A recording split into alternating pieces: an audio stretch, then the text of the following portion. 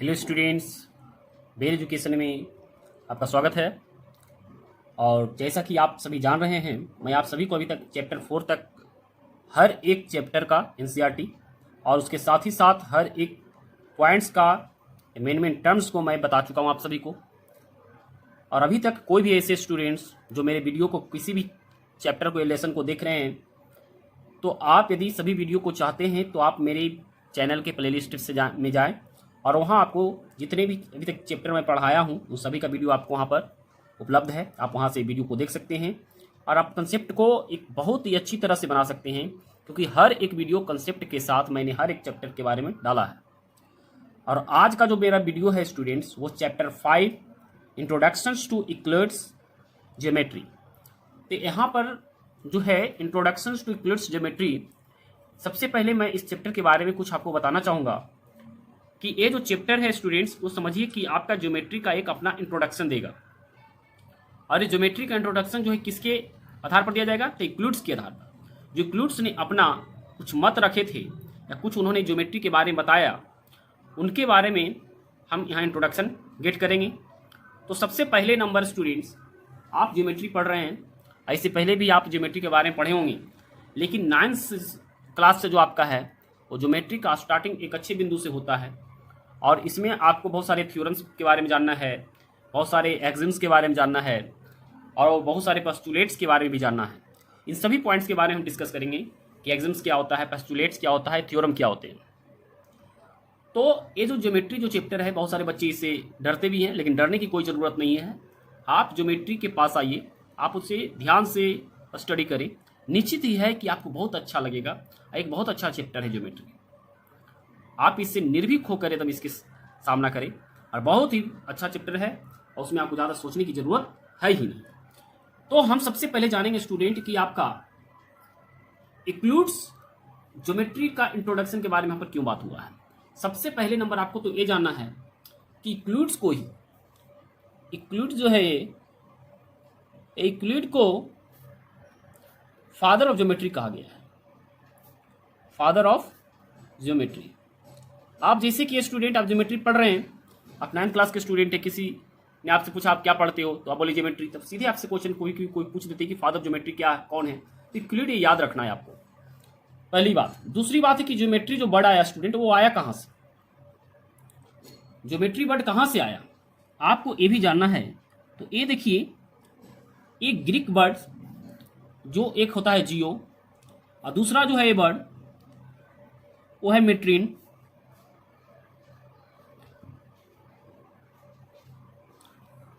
और जियो means earth, जियो means earth, और matron means जो होता है मेजर। तो बात यहां पर कही जा रही है कि ज्योमेट्री जो वर्ड आया वो किस अच्छे से आया, वो ग्रीक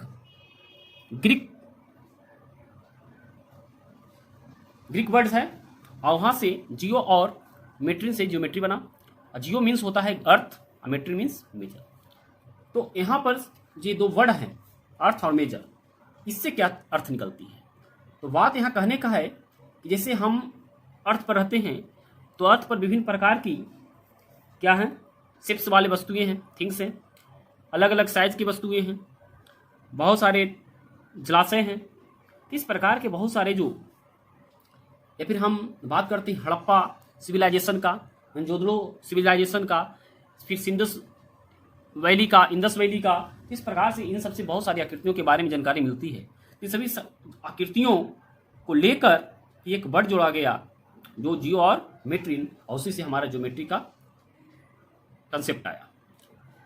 तो इसके बाद हम ये जानेंगे कि ये तो आपका बेसिक नॉलेज हुआ, इसमें आपको ये आपका स्टडी से नहीं है, लेकिन फिर भी मैंने सोचा कि जब चैप्टर को स्टार्ट कर रहा हूँ तो कुछ इससे रिलेटेड कुछ इंपॉर्टेंट फैक्ट्स जानना बहुत ज़रूरी होता है।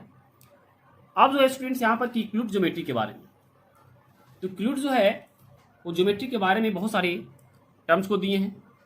उन टर्म्स के बारे में अब हम अध्ययन करते हैं।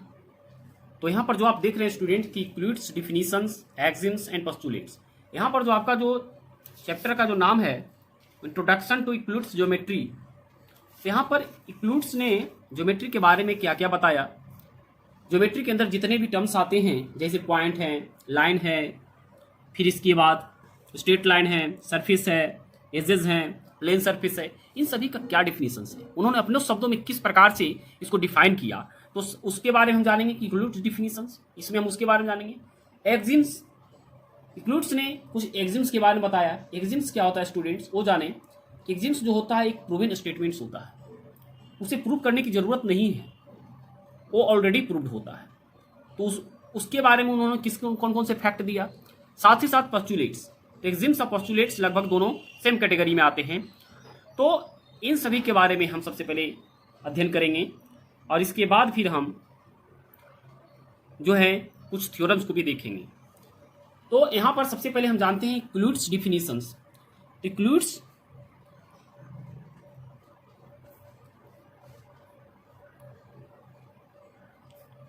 डिफिनीशंस में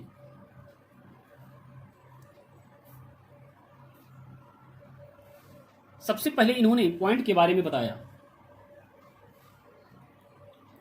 कि पॉइंट को किस प्रकार से उन्होंने डिफाइन किया। यहाँ पर तो सबसे पहले हम यहाँ पर पॉइंट्स के बारे में जानेंगे कि पॉइंट आखिर क्या होता है। तो यहाँ लिखेंगे कि a point is that which has no part. यानी इक्लूड्स के शब्दों में जो डिफाइन किया गया पॉइंट को, उन्होंने कहा कि a point is that which has no part. कहता पॉइंट एक वैसा ज्योमेट्रिकल फिगर है जिसका कोई पार्ट नहीं। अब बताइए कि एक पॉइंट आपको दे दिया गया, इसे आप पार्ट करिए, इसके कितने पार्ट्स हो सकते हैं, है ना। तो ये पहला डिफिनीशन उनका हुआ पॉइंट के लिए। दूसरा है लाइन।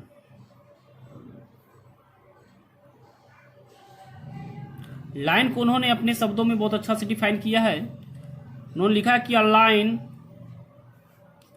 Is breathless. ब्रेथलेस कैसे है? यहां पर देखिए तो line is breathless length. Breathless मतलब उसकी चौड़ाई नहीं होती है। आप एक लाइन बनाते हैं, एक लाइन है, सपोर्टेड एल एक लाइन है, इसकी लंबाई तो जा रही है दोनों साइड, इसका ब्रेथ क्या है, इसकी चौड़ाई भी कुछ है क्या? नहीं है। तो इन्होंने इस लाइन को इसी प्रकार से डिफाइन किया कि लाइन इज ब्रेथलेस लेंथ, क्योंकि इसमें ब्रेथलेस लेंथ होती है, मतलब कि इसमें चौड़ाई नहीं होती है। अगला जो पॉइंट है आपका,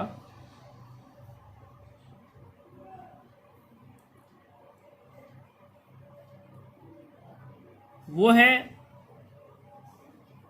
the ends of a line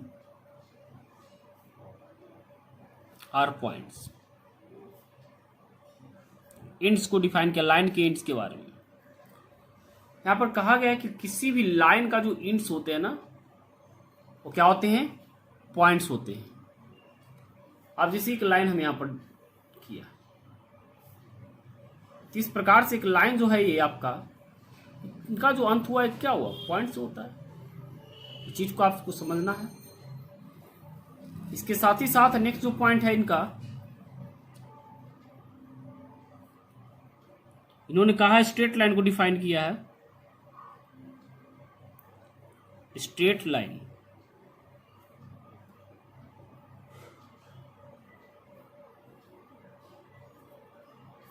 straight line को इन्होंने कहा है कि straight line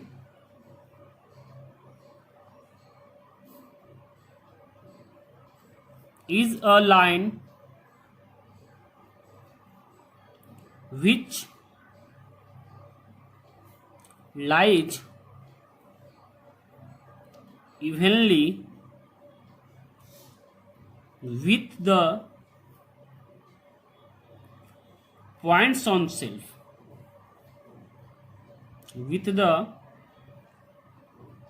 points on itself। यानी कहने का अर्थ है कि एक स्ट्रेट लाइन जो होता है वैसा लाइन है जो lies evenly with the points on itself, जो पॉइंट्स पर हमेशा वो अपने आप को लाइज करता है। जैसे हम एक स्ट्रेट लाइन दिया evenly with the points on itself, evenly का मतलब क्या है?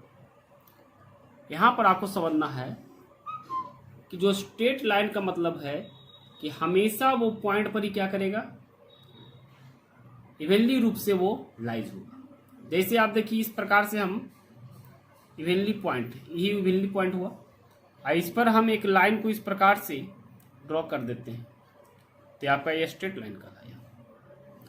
लेकिन जब हम पॉइंट को इस प्रकार से इवनली रूप से नहीं बल्कि इसको हम डॉटेड कर कर इसको कर्व कर देते हैं तो लाइन स्ट्रेट लाइन नहीं बल्कि क्या कहलाएगा, कर्व लाइन का। तो उम्मीद करते हैं स्टूडेंट कि आपको ये जितने भी मेरी तरफ से जो बताया जा रहा है मेन टर्म्स वो सभी आपको अच्छी तरह से समझ में आ रहा होगा। इसके बाद और जो कुछ टर्म्स है उन्हें हम देखते हैं। नेक्स्ट डिफिनीशन है सरफेस। सरफेस जो है ये कहते हैं कि a surface is that which has length and breadth only। मतलब कहते हैं सरफेस वह है जिसके पास केवल लेंथ और ब्रेथ होता है, वो क्या कहलाएगा, आपका सरफेस कहलाएगा। ये जितने भी डिफिनीशन मैं लिख रहा हूं वो सभी इक्लूड्स के अकॉर्डिंग, जो फादर ऑफ ज्योमेट्री कहलाते हैं उन्होंने ये सभी डिफिनीशन दिए हैं, और कभी कभी आपको एग्जाम में ये सब पूछा भी जाता है। नेक्स्ट आपका है एजेस क्या है।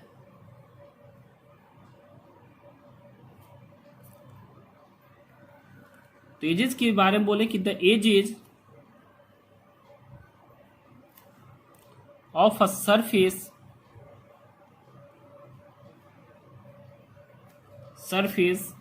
Are lines. यानी कहने का अर्थ इनका यह है कि एजेस जो है वो किसी भी सरफेस का जो एज है वो लाइन्स होते हैं। अब किस प्रकार से, जैसे कि आप यहां पर देखते हैं कि यहां पर एक सरफेस है, जिसे ये देखिए